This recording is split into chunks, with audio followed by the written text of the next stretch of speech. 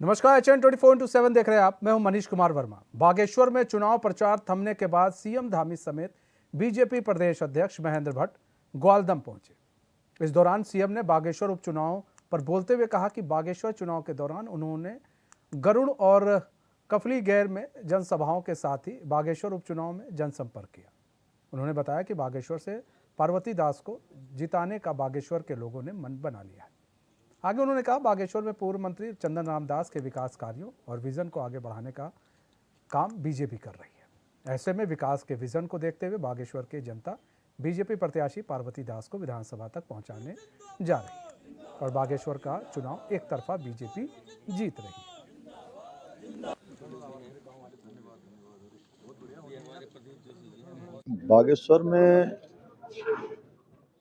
बागेश्वर के लोग बागेश्वर के विकास के लिए आगे आए हैं। वहाँ की माताएं बहनें आगे आई हैं। सभी आकर उन्होंने एक तरफा समर्थन जहाँ जहाँ भी हम गए हैं दिया है और सभी ने भरोसा दिया है कि एक बड़ी जीत बागेश्वर से होगी और निश्चित रूप से हम बागेश्वर के विकास के लिए पहले से ही संकल्पित हैं। और चंदन रामदास जी के असामयिक देहांत के बाद इस सीट पर चुनाव हो रहा है। बहुत सारे उनके काम थे जो उन्होंने पूरे किए हैं, बहुत सारे कामों को आगे बढ़ाया है, उन सभी को हम पूरा करेंगे। और मानसखंड जो मंदिर माला मिशन है, उस मंदिर माला मिशन में हमारा गरुड़ का बैजनाथ कत्यूरी क्षेत्र से लेकर बागनाथ जी का मंदिर, सरयू का घाट, उन सभी को, वहाँ की पेयजल पंपिंग योजनाएं हैं। निकट भविष्य में मेडिकल कॉलेज की ओर हम बढ़ेंगे। हरीश नागरकोटी हमारे साथ, हमारे संवाददाता जुड़ चुके हैं पूरी जानकारी के साथ। हरीश, क्या कुछ माहौल लग रहा है? अब तो चुनाव प्रचार भी थम गया है, ऐसे में माहौल क्या है, किस ओर लग रहा है माहौल? बीजेपी या कांग्रेस? बीजेपी कह रही है अपने जीत का दम भर रही है, उधर कांग्रेस अपने जीत का दम भर रही है। माहौल क्या है? जी मनीष, कल होने वाले बागेश्वर विधानसभा उप निर्वाचन को लेकर प्रशासन ने भी सारी तैयारियां कर दी हैं। अब भारतीय जनता पार्टी और कांग्रेस पार्टी में मुख्य मुकाबला इस विधानसभा चुनाव में देखने को मिल रहा है, जहां भाजपा अपने स्टार प्रचारकों के साथ विगत कई समय से चुनाव प्रचार में यहाँ डटी हुई थी। वहीं कांग्रेस भी अपने पूर्व मुख्यमंत्री सहित कांग्रेस प्रदेश अध्यक्ष सहित उनके भी आला अधिकारी बागेश्वर में ही डटे हुए थे। अब देखने वाली बात ये होगी कि कांग्रेस, भारतीय जनता पार्टी और कांग्रेस के बीच जो ये मुकाबला है, ये किस ओर करवट बदलता है। देखने में आया है कि ये उपचुनाव अधिकतर सत्ताधारी पार्टी ही विजयी होती रही है, लेकिन कांग्रेस की ओर इस बार सीधा मुकाबला कांग्रेस और भाजपा में है। तीसरा कोई पक्ष यहाँ मजबूत रूप से खड़ा नहीं है, जिस कारण सीधा मुकाबला भाजपा और कांग्रेस के बीच में ही होने के आसार बने हुए हैं। जी मनीष। अच्छा, जनता क्या सोच रही है? और जनता जो है, हरीश आप तो फील्ड पर भी रहे, जनता से ही बात की, जनता किन मुद्दों को लेकर इस बार वोट करेगी? जी, मुख्य रूप से तो जनता के जो है आम बिजली, पानी, सड़क, स्वास्थ्य, शिक्षा जैसे मुख्य मुद्दे ही जनता के मुद्दे होते हैं। और इन मामलों में पूर्व मंत्री चंदन राम दास ने अपने 15 साल के कार्यकाल में काफी कार्य भी किया और काफी कार्य अभी अनुरत होना जारी है। वहीं कांग्रेस का कहना है कि विगत 15 साल से भाजपा जो है बागेश्वर विधानसभा सुरक्षित सीट पर आसीन है, बावजूद उसके जो है यहाँ उतने विकास कार्य नहीं हो पाए हैं जितने इन 15-20 सालों में होने थे। कांग्रेस जहां भाजपा की नाकामियों को लेकर जनता के बीच इन चुनाव में गई, वोट मांगने गई थी, वहीं भाजपा अपने केंद्र और राज्य सरकार के विकास कार्यों को देखते हुए जनता से वोट मांगने जनता के बीच में गई। अब देखने वाली बात ये होगी कि जनता किसके वादों पे ज्यादा विश्वास करती है। जी मनीष।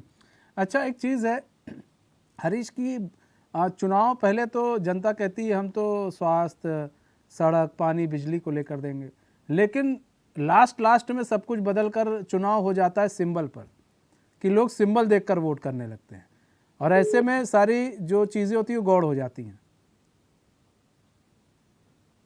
हरीश।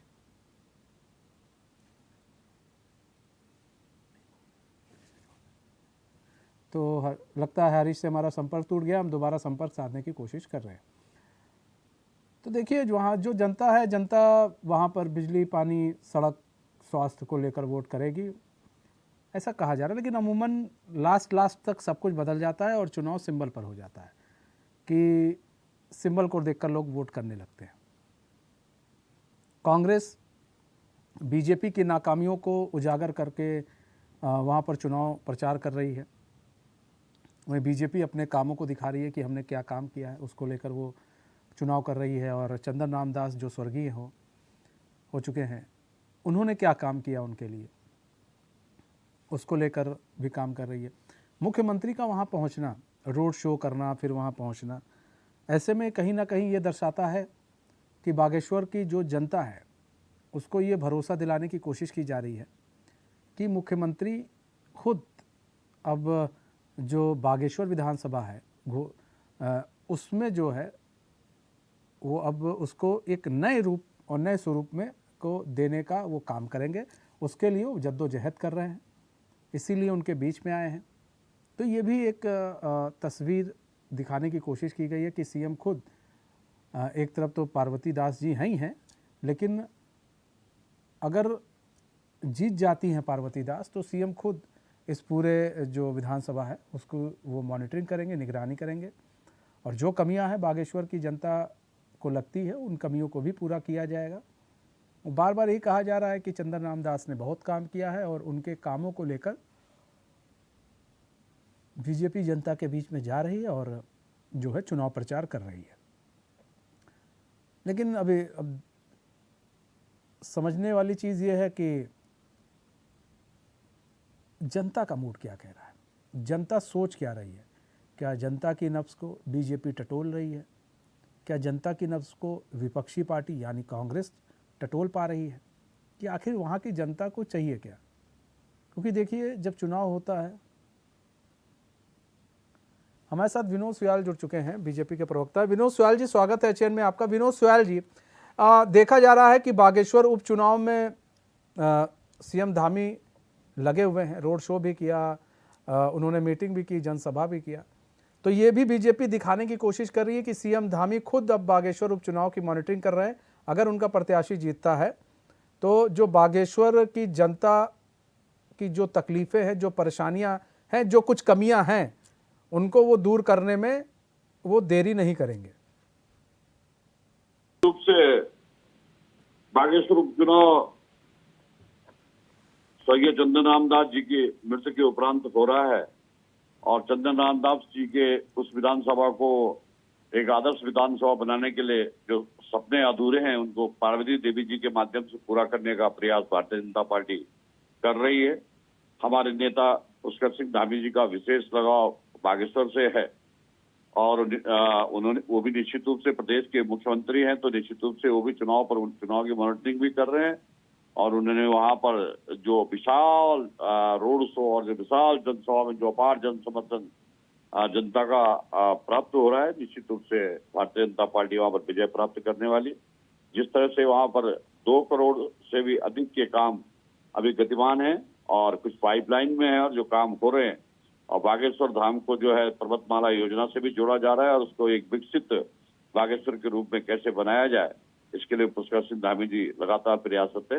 निश्चित रूप से जो पार्वती देवी जी में वो पार्वती के समान ही उनका स्वरूप है और निश्चित वो ऐसा नहीं है कि जैसे कांग्रेस के प्रत्याशी हैं जो कह रहे हैं कि मैं जो हूं तो अवतार पैदा हो गया हूं भगवान का, सनातन धर्म का भी अपमान कर रहे हैं। दूसरा कह रहे हैं कि वहां पर जो भारतीय जनता पार्टी वाले आ रहे हैं उन पर पत्थर बरसाओ और टोकरी में पत्थर इकट्ठे करके रखो। इस तरह का जिस प्रत्याशी का चाल चरित्र और चलन ऐसा हो, ऐसा अगर विधायक बन जाएगा तो मुझे लगता है कि बागेश्वर की जनता का क्या हाल होगा। इसलिए निश्चित रूप से वहां की जनता समझदार है और भारतीय जनता पार्टी की वहां पर विजय होगी।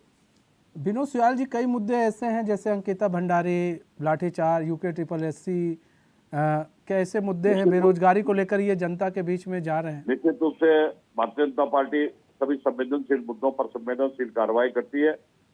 अंकिता भंडारी हत्याकांड में जिस तत्परता के साथ मुजरिमों को पकड़ा गया है, जेल की सलाखों के अंदर रखा गया है। जिस तरह से फास्ट ट्रैक कोर्ट के माध्यम से उनको कड़ी से कड़ी सजा दिलाने के लिए सरकार प्रयत्नरत है, निश्चित रूप से उनको सजा मिलेगी। जिस तरह से उत्तराखंड राज्य के अंदर जो नगल माफियाओं का एक बहुत बड़ा गिरोह कांग्रेस के जमाने में पनपा था, जब इंस्पेक्टरों की भर्ती हुई थी, उसको समाप्त करने का काम पुष्कर सिंह धामी ने किया है। उसमें लगभग दर्जनों लोगों की गिरफ्तारी हुई है, बड़े बड़े लोग उसमें जेल की सलाखाओं के अंदर है। जिस तरह से अन्य भी जो जमीन घोटाला लगातार जो है जो 2004 से कांग्रेस के राज पे चल रहा था, उसको भी समाप्त करने का काम किया है। उसमें जो बड़ी बड़ी मछलियां थी उनको भी जेल की सलाखाओं के अंदर डाला है। उत्तराखंड राज्य को एक पवित्र और एक सभ्य और एक, मैं कह सकता हूँ, भ्रष्टाचार मुक्त राज्य जिस तरह से पुष्कर सिंह धामी जी बना रहे हैं, वो निश्चित रूप से जनता के सम्मुख है और उसी का परिणाम है कि जनता ने भारतीय जनता पार्टी को उत्तराखंड राज्य के अंदर दोबारा आशीर्वाद प्रदान किया है। लेकिन विनोद सयाल जी, जो प्रत्याशी हैं कांग्रेस के और जो कांग्रेस के नेता हैं, वो तो कह रहे हैं कि बागेश्वर में कोई काम नहीं हुआ है और बिना काम के ही ये लोग वोट मांग रहे हैं। उन कह रहे हो हमारी संवेदना है स्वर्गीय चंद्र राम दास जी के लिए, लेकिन अगर चुनाव की बात करें तो चुनाव के दृष्टिगत कह रहे हैं उन्हें तो कहीं काम नहीं दिख रहा, कहीं काम हुआ है। तो भारतीय जनता बीजेपी पार्टी के जो कार्यकर्ता हैं, ये नेता हैं, ये जनप्रतिनिधि हैं, वो 12 महीने जनता के बीच में रहते हैं, बूथ पर रहते हैं, गांव में रहते हैं, समाज में रहते हैं, समाज के तबके के साथ सारा काम जुड़कर करते हैं, उनकी सेवा में संलग्न रहते हैं। ये कांग्रेस पार्टी जिसका उत्तराखंड राज्य के अंदर बुरा हर्ष है, पूरे देश के अंदर बुरा हर्ष है, इसी घमंड के कारण है। ये केवल अपने चेहरे पर जो है तो सुबह तैयार होकर और सफेद कुर्ता पैजामा पहनकर ये सोचते हैं लोग हमारी शक्ल देकर हमको वोट दे देंगे, लेकिन जनता जानती है कि कौन जन सेवक है और हमारा जो नेटवर्क है वो निश्चित रूप से जनता की सेवा में संलग्न रहता है। हम जनता की समस्याओं से जुड़े रहते हैं। ये केवल बरसात के मेंढक की तरह है, जब चुनाव आता है तब टट्टर करने लग जाते हैं, जैसे बरसात समाप्त होती है तो मेंढक पता नहीं कहाँ चले जाते हैं। अच्छा विनोद सयाल जी, देखिए एक चीज़ और भी देखने को मिल रही है कि जिस तरह से कांग्रेस पार्टी चुनाव प्रचार कर रही है और आप लोग भी चुनाव प्रचार कर रहे हैं, ऐसा क्या काम चंद्र राम दास जी ने बागेश्वर की जनता के लिए किया है जिसको आप लेकर जाएं और आप कहें देखिए ये काम किसी ने नहीं किया और चंद्र राम दास जी ने कर दिया था? लगभग ऐसा कोई ग्राम पंचायत नहीं है जिसका विद्युतीकरण नहीं किया गया है। वहां पर पानी की समस्या थी, वहां पर कई पंपिंग योजनाएं बनाई गई है, वहां पर अभी जो है तो रोडवेज का विकास डिपो बनाया जा रहा है, वहां पर स्टेडियम बनाया जा रहा है, वहां पर जो है तो उसको पर्वतमाला सर्किट के अंदर उस बागेश्वर धाम को जोड़ा जा रहा है। सारे काम गतिमान है। वहां पर निश्चित रूप से गांव-गांव के अंदर सड़कों का जाल बिछाया गया है। चंद्र रामदास जी ने 4 बार वहां के विधायक रहे और वहां की जनता का स्नेह और प्रेम जो उनको प्राप्त हुआ है वो पार्वती देवी जी को भी प्राप्त होगा। और जो अधूरे सपने हैं और जिस तरह से सरकार वहां के विकास के लिए कृत संकल्प है, जनता इस बात को जानती है और जनता जनार्दन का आशीर्वाद भारतीय जनता पार्टी को प्राप्त होगा। लेकिन विनोद सयाल जी देखिए, ये भी तो हो रहा है, सवाल उठ रहा है ना कि पार्वती जी तो एक गृहिणी है और उन्होंने घर से बाहर उन्होंने कदम नहीं रखा, राजनीति के बारे में वो जानती नहीं है। तो ऐसे में अगर उनको विधायक बना भी देती है जनता, तो फिर कैसे समस्याएं सुनेंगी? जब वो राजनीति के बारे में जान नहीं रही हैं, फिर कैसे समस्या वो सुनेंगी, कैसे जानेंगी चीज़ों को? राजीव गांधी जी की मृत्यु के बाद सोनिया गांधी जी भी गृहिणी थी और वो भी अपने घर के अंदर रहती थी। उन्हें कांग्रेस का अध्यक्ष बनाया गया और उसके बाद उनको जो है तो चेयरपर्सन बनाया गया। प्रधानमंत्री से भी सुपर पावर में रहती थी। तो हम हमारे लिए क्या गृहिणी की बात कर रहे हैं? हम तो उत्तराखंड राज्य की मातृ शक्ति का सम्मान कर रहे हैं। हमने महिलाओं को 50% आरक्षण दिया है। हम महिलाओं को लीडरशिप देना चाहते हैं। समाज की दबी कुचली जो महिलाएं वो एक जब अपना समाज के बीच में काम करेगी, निश्चित रूप से उन्हें आगे आने का अवसर प्राप्त होगा। ये तो समाज के लिए एक अच्छा काम है कि महिलाओं की भागीदारी राजनीति में ज्यादा सुनिश्चित करते हैं। अच्छा, आप लोग देखिए वोट पड़ते हैं, आपको भी मालूम है विनोद भाई, बड़े पुराने व्यक्ति हैं आप भी, आपको भी मालूम है जब इलेक्शन होता है, इलेक्शन की शुरुआत तो होती है मुद्दों से, लेकिन लास्ट टाइम में सब कुछ गौड़ हो जाते हैं और फिर आ जाता है सिंबल पर कि सिंबल पर वोट पड़ते हैं और उसके बाद फिर सिंबल पर वोट डाले जाते हैं। तो आपको लग रहा है कि जो कांग्रेस के प्रत्याशी हैं इतना मजबूत हैं? निश्चित रूप से कांग्रेस के प्रत्याशी कांग्रेस का प्रत्याशी था ही नहीं। कांग्रेस को पता था कि हमारी स्थिति बहुत खराब है। जो कांग्रेस ने प्रत्याशी हायर किया है वो प्रत्याशी राजनीतिक भ्रमणकारी व्यक्ति है। बहुजन समाज पार्टी से भी में भी रहा है, उसके बाद फिर आम आदमी पार्टी में गया है, फिर कांग्रेस ने उसे हायर कर लिया है। तो मुझे नहीं लगता कि कोई उनकी कोई आइडियोलॉजी है, कोई नेता है, कोई नियति है, उनका लड़ा लेते हैं। तो यही है, वो केवल एक औपचारिकता ले चुनाव लड़े, जबकि अब जनता की सेवा के लिए हम निश्चित रूप से जनता के प्रति जवाब दें, जनादेश को स्वीकार करते हैं। जो भी जनादेश हो उसको स्वीकार करते हैं। जनता से निवेदन कर रहे हैं कि निश्चित रूप से पार्वती देवी जी को सफल बनाए और कमल का बटन दबाए। ठीक है विनोद जी, बहुत बहुत धन्यवाद हमारे साथ जुड़ने के लिए और अपना बहुमूल्य समय देने के लिए।